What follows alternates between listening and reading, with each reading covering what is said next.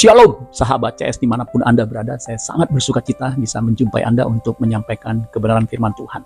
Kebenaran firman Tuhan pada kesempatan kali ini berjudul Indra yang terlatih. Indra yang terlatih. Untuk apa indra itu dilatih, saudara? Nah, ini akan menjadi pembahasan kita. Ibrani 5 ayat 14. Saudara bisa buka bersama dengan saya. Sebelum saya melanjutkan firman Tuhan ini, bagi saudara yang baru pertama kali menyaksikan firman Tuhan melalui channel saya ini, saudara langsung saja subscribe.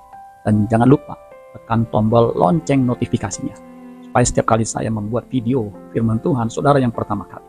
Terima kasih kepada semua saudara yang mendukung channel saya ini dengan membagikan kepada yang lain. Saya berdoa biar saudara juga diberkati. Ibrani 5 ayat 14 dikatakan begini, tetapi makanan keras adalah untuk orang-orang dewasa, yang karena mempunyai panca indera yang terlatih. Garis bawahi kata panca indera yang terlatih, untuk membedakan yang baik daripada yang jahat. Jadi panca indera yang terlatih itu bisa membedakan yang baik daripada yang jahat. Jadi perlu panca indera itu dilatih supaya kita bisa punya kemampuan, kapasitas membedakan yang baik dan yang jahat. Saudara-saudara sekalian, manusia punya 5 panca indera yang berfungsi untuk apa? Untuk menerima stimulus dan juga informasi untuk otak kita, sehingga bisa mengambil keputusan. Ya. Panca indera terdiri dari penglihatan mata, kemudian pendengaran telinga, kemudian kulit meraba, penciuman hidung, dan juga yang terakhir pengecap lidah, saudara. Nah, panca indera itu perlu dilatih, saudara sekalian. Kalau untuk kasus tertentu, misalnya indera penciuman atau pengecapan, itu bisa dilatih untuk membedakan kopi yang bagus dan kopi yang tidak baik, ya saudara. Selain penciuman juga lidah. Nah, saudara sekalian, kata terlatih di situ dari kata Yunani gymnaso. Gymnamso ini, kata Yunani ini menjadi kata gymnasium, ya. Itu artinya to train by physical exercise, melatih dengan latihan fisik, ya, to exercise vigorously in any way either the body or the mind. Ternyata melatih dengan hebat, dengan kuat, dengan dahsyat, bukan hanya dengan cara yang berbagai macam cara, bukan hanya anggota tubuh, tetapi juga pikiran, mind. Makanya body, soul, and mind itu perlu dilatih, saudara sekalian. Ya, seperti Paulus pernah mengatakan dalam 1 Korintus 9 ayat 27, tetapi aku melatih tubuhku dan menguasainya seluruhnya. Jadi Paulus mengatakan melatih seluruh tubuhnya dan menguasai seluruhnya. Tujuannya apa? Supaya sesudah memberitakan Injil kepada orang lain, jangan aku sendiri ditolak. Jadi ternyata Paulus punya potensi ditolak. Untuk itu dia menyadari bahwa tubuhnya ini, anggota tubuhnya ini perlu dilatih. Ya. Kalau enggak, dia akan mengalami penolakan. Tentunya yang menolak adalah Allah, bukan manusia. Dia tidak peduli kalau manusia menolaknya, tapi dia sangat peduli jika Allah sampai menolaknya. Terjemahan lain mengatakan diskualifikasi. Ya. Jangan sampai dia didiskualifikasi.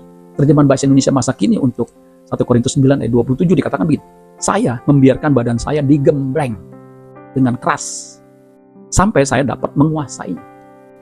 Saya berbuat begitu, membleng tubuhnya dengan keras, sebab saya tidak mau sampai terjadi, ya, diantisipasi, bahwa setelah saya mengajak orang lain turut dalam perlombaan itu, tentunya perlombaan iman, saya sendiri ditolak. Jadi Paulus dengan jelas mengatakan bahwa dia melatih tubuhnya, menguasai seluruhnya, supaya sesudah dia memberitakan Injil, jangan sampai dia didiskualifikasi, ditolak.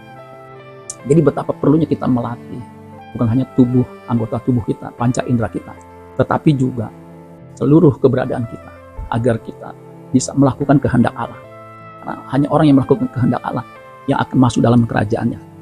Itu berkali-kali saya sampaikan, Matius 7 ayat 21 sampai 23. Nah, Paulus juga pernah mengatakan 1 Timotius 4 ayat yang ke-7b, dikatakan, latihlah dirimu beribadah. Nah, itu latihlah itu memakai kata kerjanya gymnaso atau gymnaso, ya, melatih. Ayat 8-nya, 1 Timotius 4 ayat 8-nya, latihan badani terbatas gunanya. Ya, memang dengan orang yang berolahraga, melatih tubuhnya, itu biasanya lebih bugal dan umurnya lebih panjang. Tetapi itu terbatas, karena batas umur manusia 70-80, itu kalau kuat. Ya, ada yang memang lebih daripada itu. Tetapi pada akhirnya ada batasnya. Makanya benar, latihan badani terbatas gunanya. Tetapi ibadah itu, ada kata itu berarti ibadah yang sudah dilatih. Ya, berguna dalam segala hal. Bukan hanya ketika hidup di dunia ini, dikatakan, karena mengandung janji baik untuk hidup ini, hidup di dunia ini, maupun untuk hidup yang akan datang. Jadi saudara sekalian, mari kita melatih tubuh kita, panca indera kita taklukkan supaya semuanya bisa melakukan kehendak Allah. Nah, untuk itu saudara sekalian, panca indera itu terhubung dengan otak. Otak itu kan hardware dari mindset, ya, cara berpikir, organ berpikir itu ya, otak. Tetapi softwarenya kita harus install hal-hal yang bisa membuat kita tunduk kepada kehendak Allah. Makanya Roma 12 ayat 2, janganlah kamu menjadi serupa dengan dunia ini. Jelas, kalau kita tidak mengalami pembaruan, kita akan diwarnai oleh dunia. Makanya jangan menjadi serupa dengan dunia ini, tetapi berubahlah oleh pembaruan budimu, sehingga kamu dapat membedakan manakah kehendak Allah, apa yang baik, yang berkenan kepada Allah, dan yang sempurna. Jadi saudara sekalian, kita harus memperbaharui pikiran kita. Dengan apa? Firman. Di Yohanes 17 ayat 17, kuduskanlah mereka dalam kebenaran. Firman-Mu adalah kebenaran. Jadi dengan belajar kebenaran firman Tuhan, ya, maka pikiran kita dikuduskan. Ya, kita dilatih, ditundukkan, karena kita punya pengetahuan. Ya, dan kita punya kecerdasan. Kalau kita punya kecerdasan, kita punya kepekaan. Kecerdasan rohani itu membuat kita peka terhadap suara Tuhan. Nah, suara Tuhan itu kehendak Tuhan secara universal ya, untuk manusia, dan juga secara spesifik untuk kita lakukan. Nah, kepekaan suara Tuhan ini tidak bisa diperoleh dengan seketika, ya, dengan instan, tidak. Tapi harus dimulai dengan kerinduan, ya, kemauan untuk apa yang kuat. Belajar firman Tuhan, melakukan kehendaknya. Ini lewat membaca Alkitab, saat teduh setiap hari, berdoa, dan melakukannya. Kita punya kepekaan, kemampuan untuk membedakan kehendak Allah apa yang baik, yang berkenan kepada Allah, dan yang sempurna.